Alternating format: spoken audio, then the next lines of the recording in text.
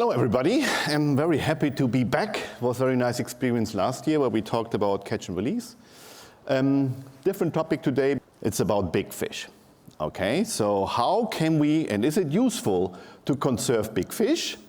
Or what's the current default is that we have minimum length limits in almost all fisheries, which actually kill big fish if the fishing pressure is high. So an alternative is harvest slots, which actually preserves the young and the very old big fish, and only the intermediate sized fish are to be taken home. Now, if you're an angler, and most of you are, and you see this, actually this guy is in the audience, look carefully at the eyes of these two anglers, and you will see pride, happiness, enjoyment. I mean, catching these big fish, and there's a lot of science on it, really is very important for angler satisfaction. So if I would ask you, what would you prefer, this thing or that thing, I guess most will answer the big fish, right? So we can close the chapter by saying, if only social objectives matter, we should preserve big fish because it's a major contribution to angler satisfaction. Okay, so I could stop the talk and say, do whatever you can to preserve those fish, and this is usually lower the fishing mortality rate, because with high fishing mortality rates, fish don't get very old. So naturally, the average size declines. Of course, there's also a biological discussion, and I want to introduce that to you because the classical fisheries theory doesn't give any specific value to these big individuals. It's all about the total recruitment that is produced, the total spawning stock biomass, and whether it's many small fish that are mature or a few big fish is, in the classical theory, of no importance. So when we discuss the value of big fish, I cannot save you from going deep into science. So this will be a very deep scientific talk, but I hope to kind of get you the most important points by how I speak about the context. So let's look at classical harvesting theory, right? This is very well developed and it's guiding basic fisheries management policy all over the world. Essentially, the theory says that fish populations are governed by density-dependent population feedback. As you start harvesting a stock, in other words, reducing individuals, the remaining individuals have more resources, more space, and the response of the population is increasing the production. Kilogram fish per hectare increases with the removal of individuals until you get what is known as the maximum sustainable yield. This is the maximum productive capacity of a stock. And if you then fish harder, then you are removing the fish too young, and eventually at some point you have made the stock so young that there are only juveniles left, and then reproduction is impaired. Right? So classical fisheries theory says you should actually remove quite a bit of fish to get the maximum yield, which is usually the biomass we take for food. Right? So this is the classical objective of commercial fisheries science: manage a stock to get its maximum production potential. Okay? And when we fish harder than that, then we talk about growth overfishing, and the common fisheries policy is completely geared towards getting a fishing mortality rate at this point. Now, two important things changes with increasing fishing mortality rate. First, the abundance of fish goes down. At the point where the stock is maximally productive, there are roughly only half as many fish at a given time in the stock compared to the unexploited state. The second effect of fishing mortality is a demographic effect that the fish don't get as old. And because age and size is correlated, the fish stock is younger and on average smaller at the maximum sustainable yield. Now, if you're an angler, you value also some yield. You want to keep fish for dinner, but you also value two other things. What's the probability of actually catching a fish when you go out? That's the catch rate. That one is maximal at an unexploited state because that has the maximum number of fish at any given moment in time. And you want to catch decent sized fish. So here we see the trade-off. If you manage a stock for maximum sustainable yield, you will have much less fish in the population and they are smaller. So as an angler, we probably are better off at a lower fishing mortality rate than the one that would maximize biomass yield. That's now a trade-off and a conflict between managing for commercial and recreational fisheries. Back to the commercial side, this theory was developed in the 50s, Bibles of textbooks and papers and models, and this basically said, actually, making a stock young is good fisheries management practice because it enhances the productive capacity. So essentially, we should make sure we get enough eggs to be spawned. We can do that with a minimum length limit, or on commercial fisheries with minimum mesh sizes. So the young fish are spared, but the old fish are heavily harvested. And this was the basis of the development of minimum length limits. The idea that good fisheries practices spawn at least once, so each individual should spawn at least once, and then you can harvest them. And the large fish have no specific value on the condition that enough eggs are given by the spawning stock. And this basically assumes that the reproduction is no longer limiting, right? So only growth and the mortality sources define population dynamics, but reproduction is secured by a minimum length limit, so enough fish spawn at least once. Then, fast forward, maybe 20 years ago, scientists started to question this idea that the big fish have no specific value. And the concept was BOFs. I don't know if you've heard about it. Big, old, fecund female fish. And the idea is old, that with the fish length, which is correlated with fish age, the number of eggs an individual will produce exponentially rises. So there is very limited volume in this fish for eggs compared to the big one that Fritz captured. So at the individual level, it's a no-brainer. One big fish produces exponentially more eggs than small fish, but they're also much less abundant compared to the smaller fishes. And for population dynamics, abundance matters also. If you express this relationship with mass, which is, or you can do it in a log fashion, you get a linear relationship. And actually, if you substitute this by the mass or the weight of the fish, it's a linear relationship in the log function. So in other words, in most fish, with increasing lengths, you have an exponential increase. If you express this in mass, it's a linear increase with the mass. And the implication of this is that, for example, 15 2-kilogram spawners could substitute one 30-kilogram fish. Okay, this is old knowledge, we know that, so you can balance a removal of a big one by keeping the small ones proportionally. Then in 2018, this paper came out. So these people looked at 320 marine fish, estimated the relationship between female weight and the egg numbers, and you get a linear relationship. But if you look carefully, there's a little exponent here on that relationship, and that's positive, larger than 1, meaning you have a disproportional increase in the egg numbers with the mass. Not just in length, but also in mass. And to give you an example what this means, in the cod case, here you have a scaling of 1.33. It's even larger than the average across all these species. It means that you would need 74 2-kilogram cod to substitute one 30-kilogram cod. So we were underestimating, just in terms of number of eggs, the relevance of big fish, okay? So this is called a size-dependent maternal effect. We are quite discriminatory in fisheries biology. We look a lot on the females because we assume male sperm is never limiting, but eggs are. So it's a lot about the female biology. So the big female could have a disproportionate effect compared to a small one. There's a second size-dependent maternal effect that came out.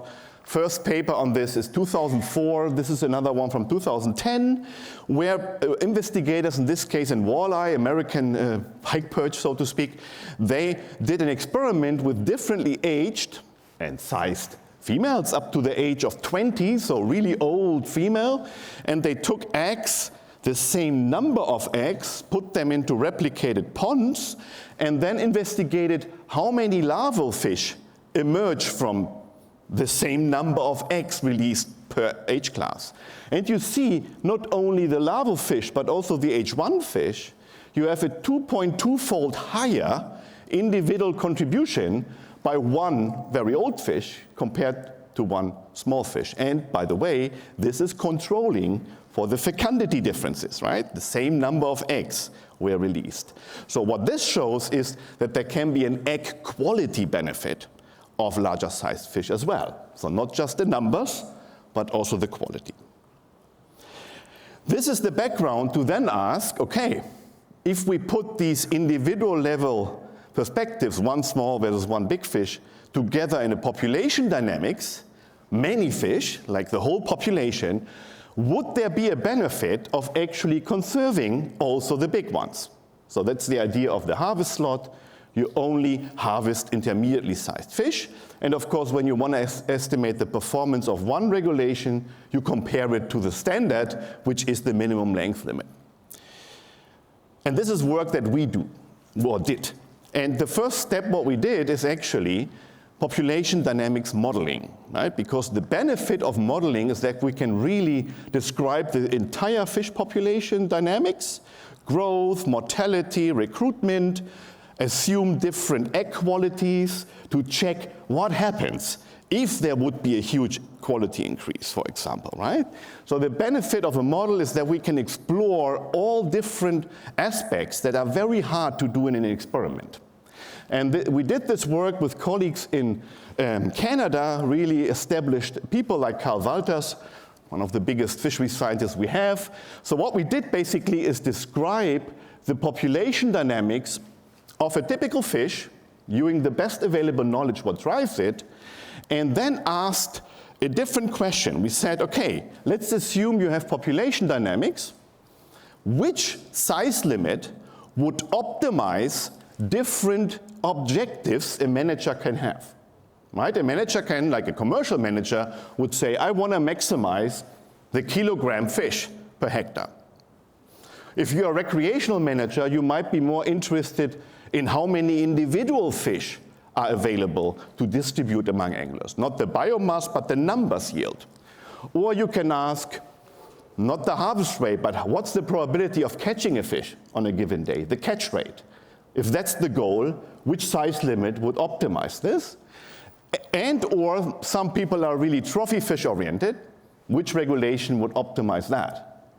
Or, which is reality, combinations of the objectives.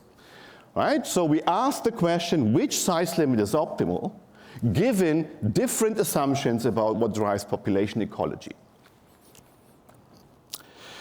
So what we put in is old pictures, because this really goes back to the literature that I already introduced you. The classical harvesting theory was developed by Bevan and Holt in England and by Ricker in Canada. For example, there are different relationships between the total eggs produced by a stock and how many recruits emerge from that. The English developed the Bevan and Holt stock recruitment relationship. So the more eggs are spawned, the increase in recruitment until you get some asymptote. This is typical for non-cannibalistic species. So this is the carrying capacity of an ecosystem. No more fish can be sustained by food. Ricker worked on Pacific salmon. It's a more cannibalism and more interaction on the spawning beds. So he found actually with very high abundances of fish, there's a decline again in recruitment. So that's cannibalistic species, pike, walleye, zander, cod, they have this type of decline. So we model both. We check across all different species what is the result. Secondly, density-dependent growth is a very important process in fish, right? So the relationship between age and the length of the fish. So yeah, if a fish ages, the length increases until you get the maximum size. We call that L infinity. But if you have lots of competitors, same gene, same lake, but half the population size, the fish will grow better than if you have no exploitation at all. Then there's competition for food, and the fish don't get as big, right? So we can represent density-dependent growth in the model. Fish have size-dependent mortality. Young fish die a lot, After a certain age, the mortality stabilizes. Different species have different degrees of size-dependent mortality. You have cormorants, that increases, so the ecosystem kind of shapes this, so we can simulate different assumptions, right? Then we can assume what we call hyperallometry, this disproportional increase in egg numbers, if it's very strong or not so strong. And we can examine that, and we can examine egg quality, so each egg has the same survival probability, or you have a benefit. The larger fish have better egg quality. So we simulate all combinations, and then we can find out what's the impact of hyperallometry, of egg quality, of density-dependent growth on the optimal size limit. So this is a complicated graph. I walk you through this. You have in each of these panels is the one objective, a manager that wants to maximize biomass yield, numbers yield, large fish catch, or get a compromise. On the x-axis, you have fishing pressure. So you can imagine a small angling club in the Netherlands with 10-hectare lake and 5 members, the same club with 100 members. So the latent fishing pressure on that system will differ, right? We represent this by the fishing mortality rate over natural mortality rate. And then in the bubbles here, you have the contribution of different age classes to total recruitment. So if the colors is gray, whitish gray, young fish. If it's dark colors, the old fish contribute to recruitment. And these lines represent the optimal size limit. If you only have one line on the bottom, it's a minimum length limit. If you have 2 lines, it's a harvest slot that is considered optimal. And it's represented as the length to the final length of that species. So imagine 100 centimeter pike, maximum length. If it's 0.5, it means the optimal size limit is 50% of that 50 centimeters. Okay? So what pattern do you see by your eye? If the manager wants to maximize kilogram fish per hectare, indeed, the minimum length limit is the optimal regulation. No matter what the fishing pressure is, if the fishing pressure is high, you increase the minimum length limit a bit, okay? And most of the eggs come from very young fish because the old fish didn't survive. If you change one thing, you maximize the numerical yield, which I think would be an angling objective, number of fish distributed for dinner, you see at increasing fishing mortality rates, a harvest slot emerges to be the optimal regulation. And it becomes narrower with increasing fishing pressure.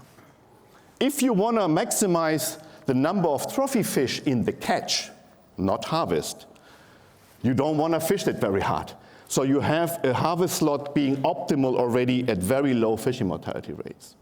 All right? So this is like specialized anglers that want all these big trophy fish. They often lobby for no fishing mortality at all. This is what it is. It's a very narrow slot. This is the only way to maintain really high numbers of big fish.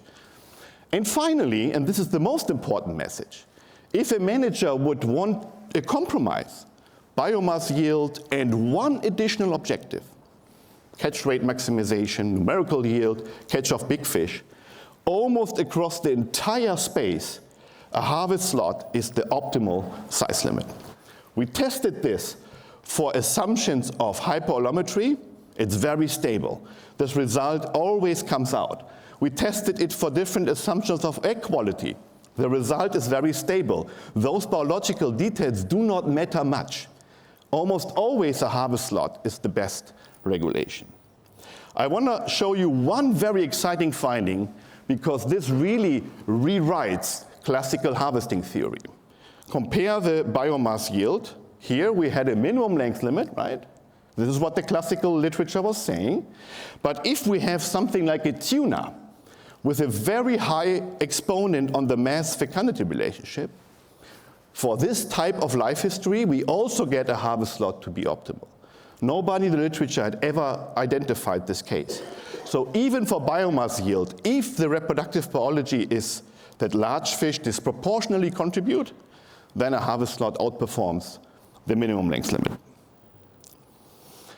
Final result on the modeling, a misconception that many anglers have is that not harvesting at all is the best thing to do because it maximizes the number of fish and allows the big fish to be sustained. Here I show you simulations across degree of density-dependent growth, so how strong the growth of a fish responds to density.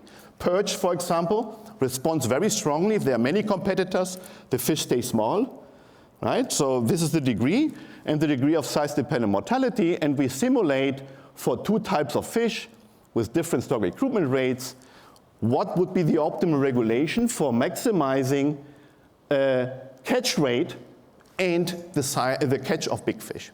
And what you see is when the density dependent is substantial, a slot emerges. So that means if you have a fish that really strongly responds in growth to density increases, not harvesting at all is not a good idea.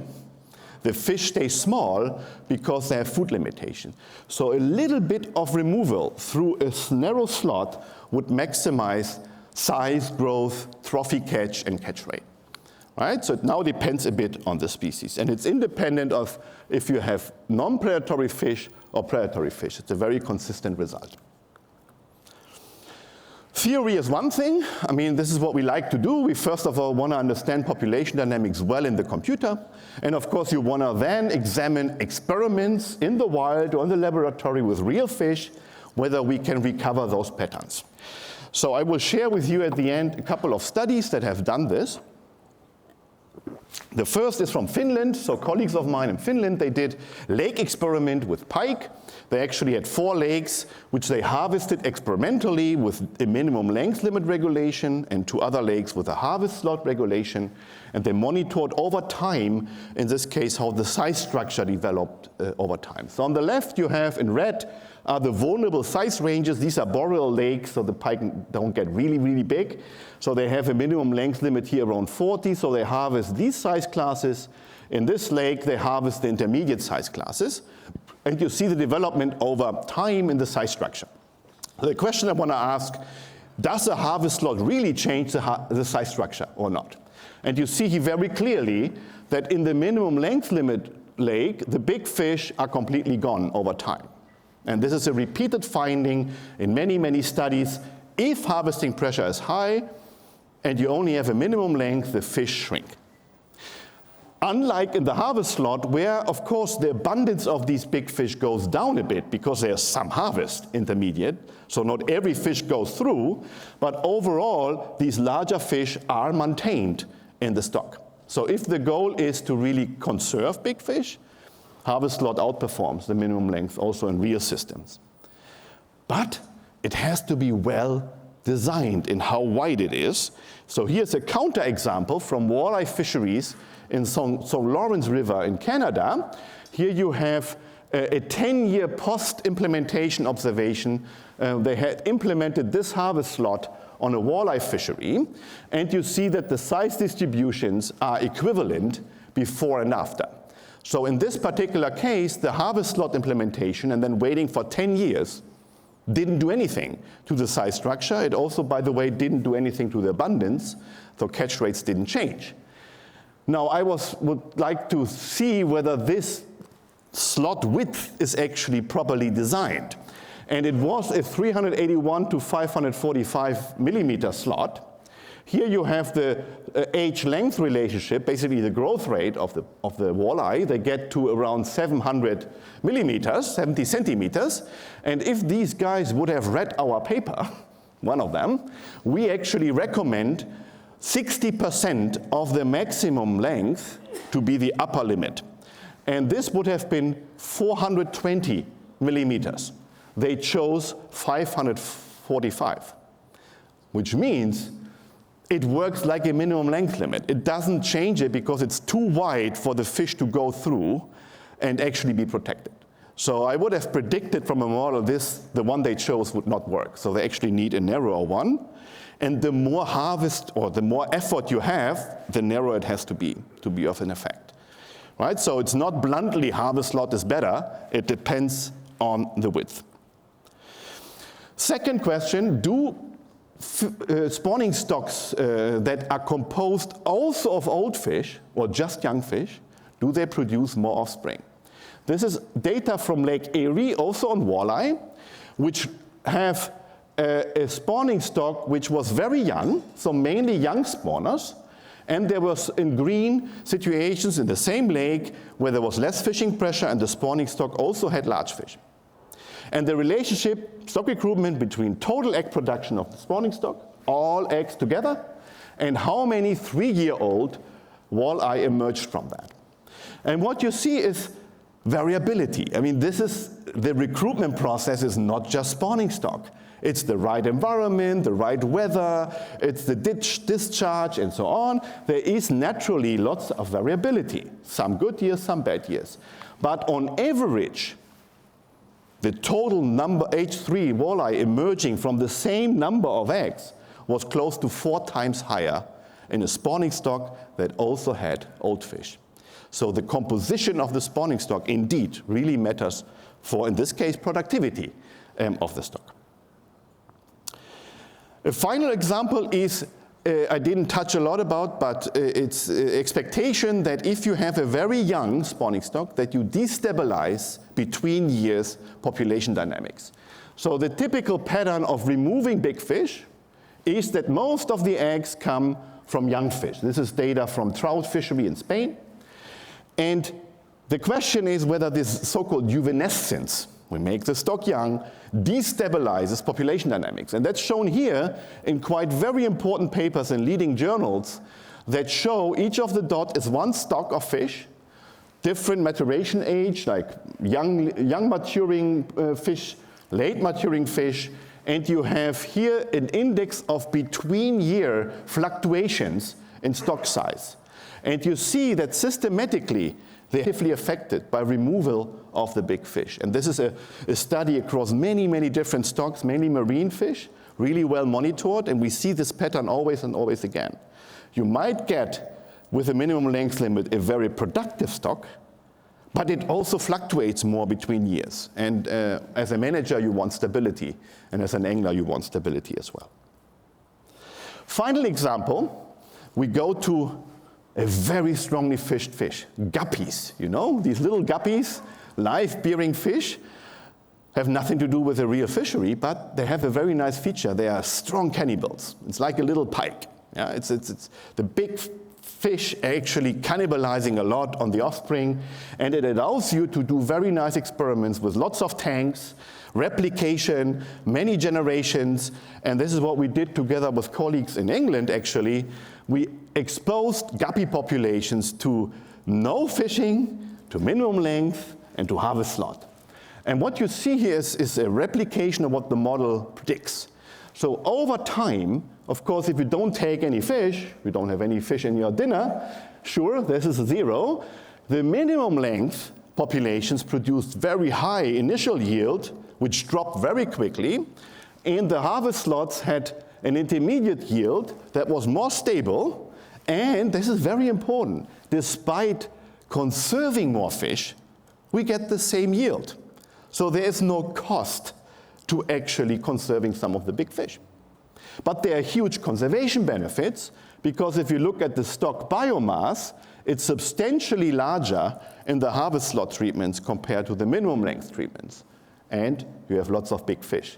So if you ask a nature conservation person, this is a better, more natural age structure biomass compared to the no-take situation, while still generating relevant yield that we can take home for dinner.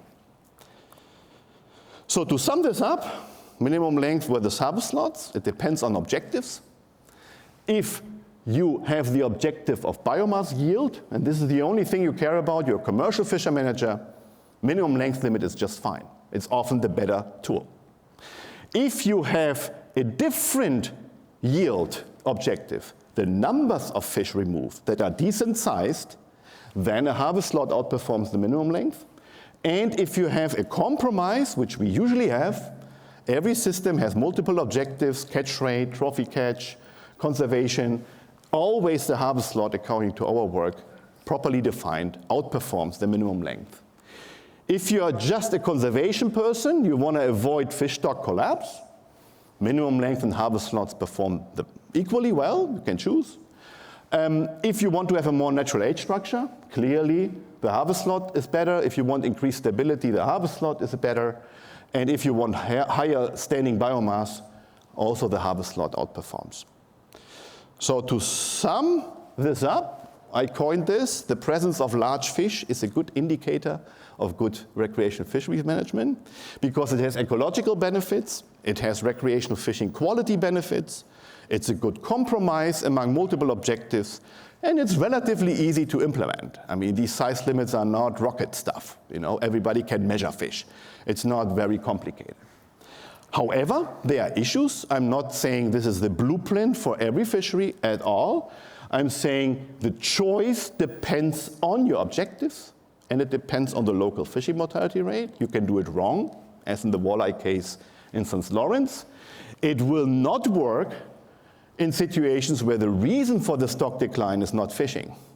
If it's the habitat, if it's the cormorants, if it's other reasons, harvest slots will not solve the problem. Obviously, it may go wrong if catch and release mortality, last year's talk, is very high, right? So deeply high depth pike perch repeatedly put to the surface and put back, this is killing the fish at very high rates. So it might go wrong with high catch and release mortality, and it could not work in very small or habitat limited systems where you have, let's say, a trout river with just a few pools, and these pools will become dominated by a big fish. These systems might be special cases where this might actually backfire, but we need more research in that area. Thank you very much.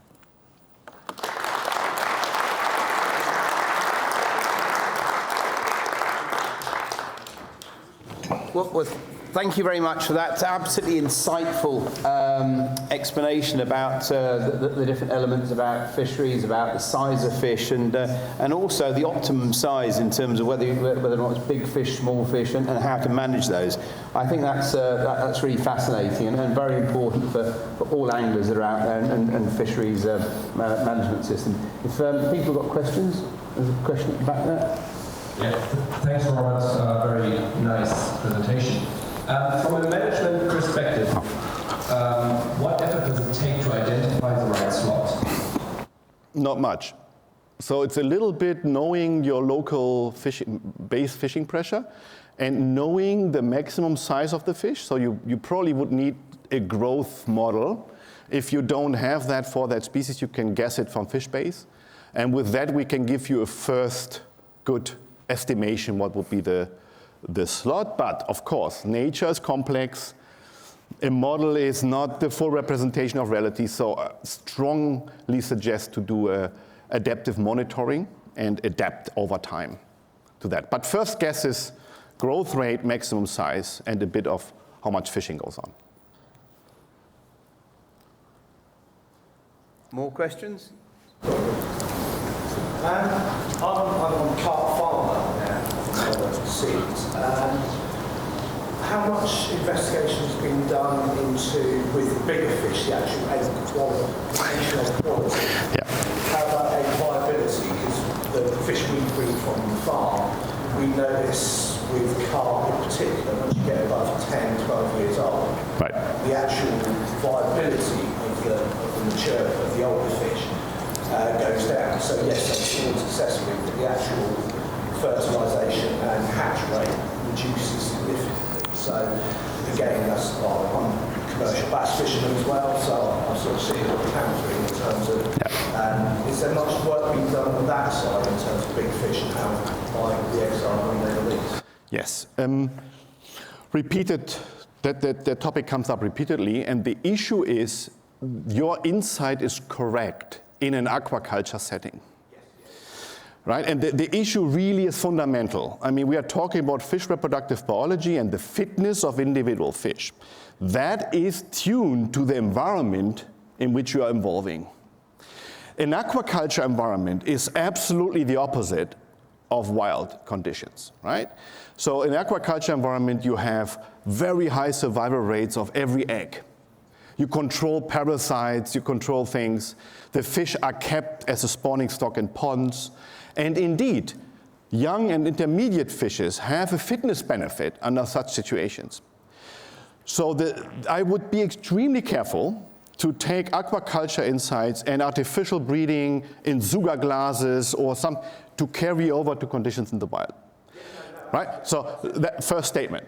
The studies in the wild are rare, I agree, because it's freaking difficult to track offspring numbers in the wild. And this is what you need to do, right? You need to track back to the individual parent how many fish survive, not just egg viability.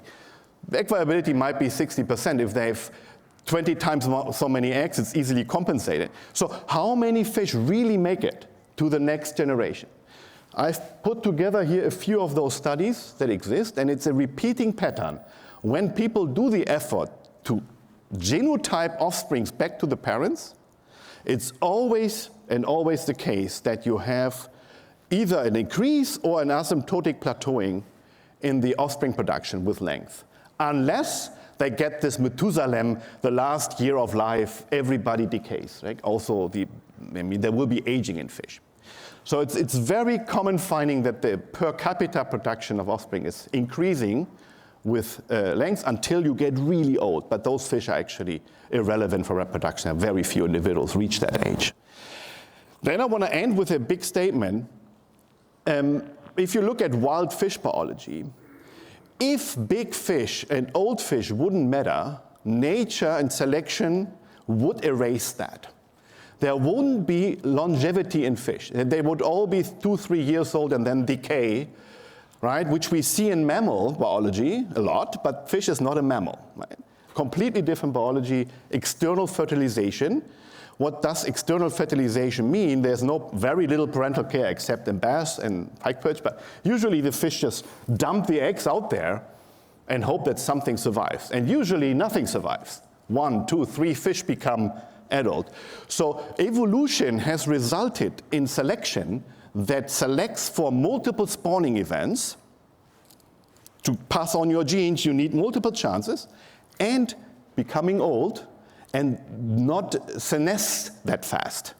This is what fish are primed to. So studies have looked at senescence, for example, sperm quality and so on, and it's very low in most fish.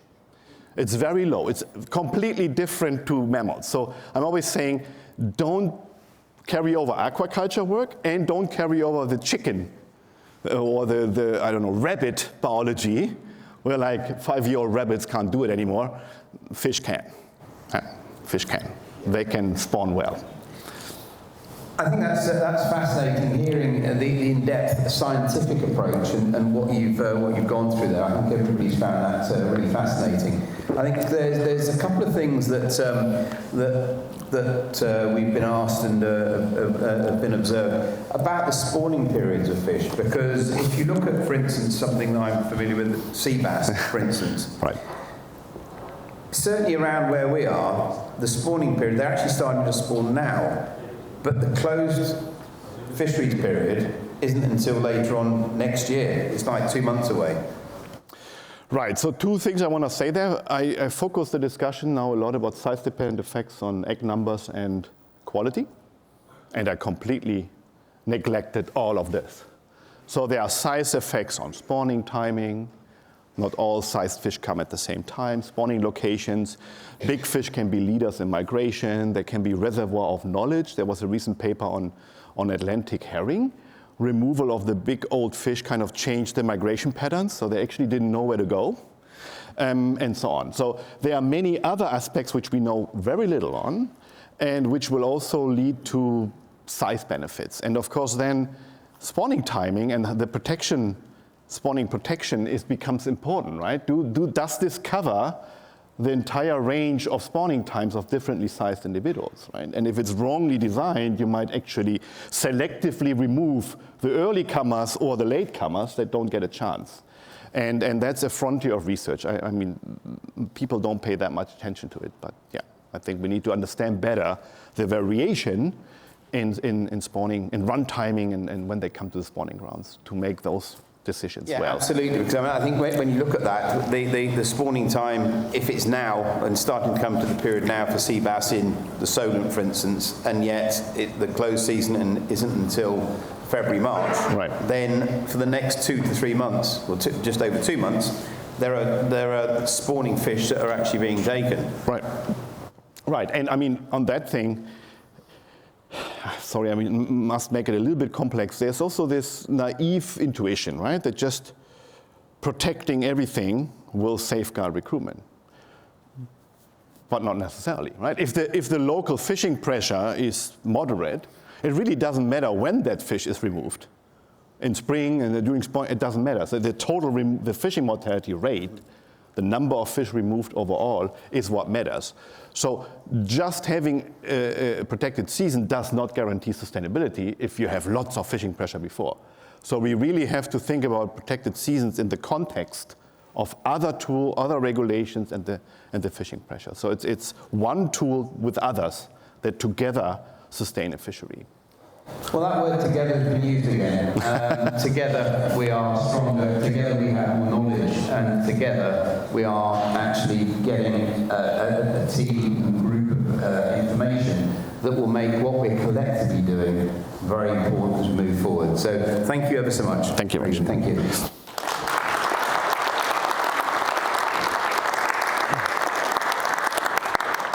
So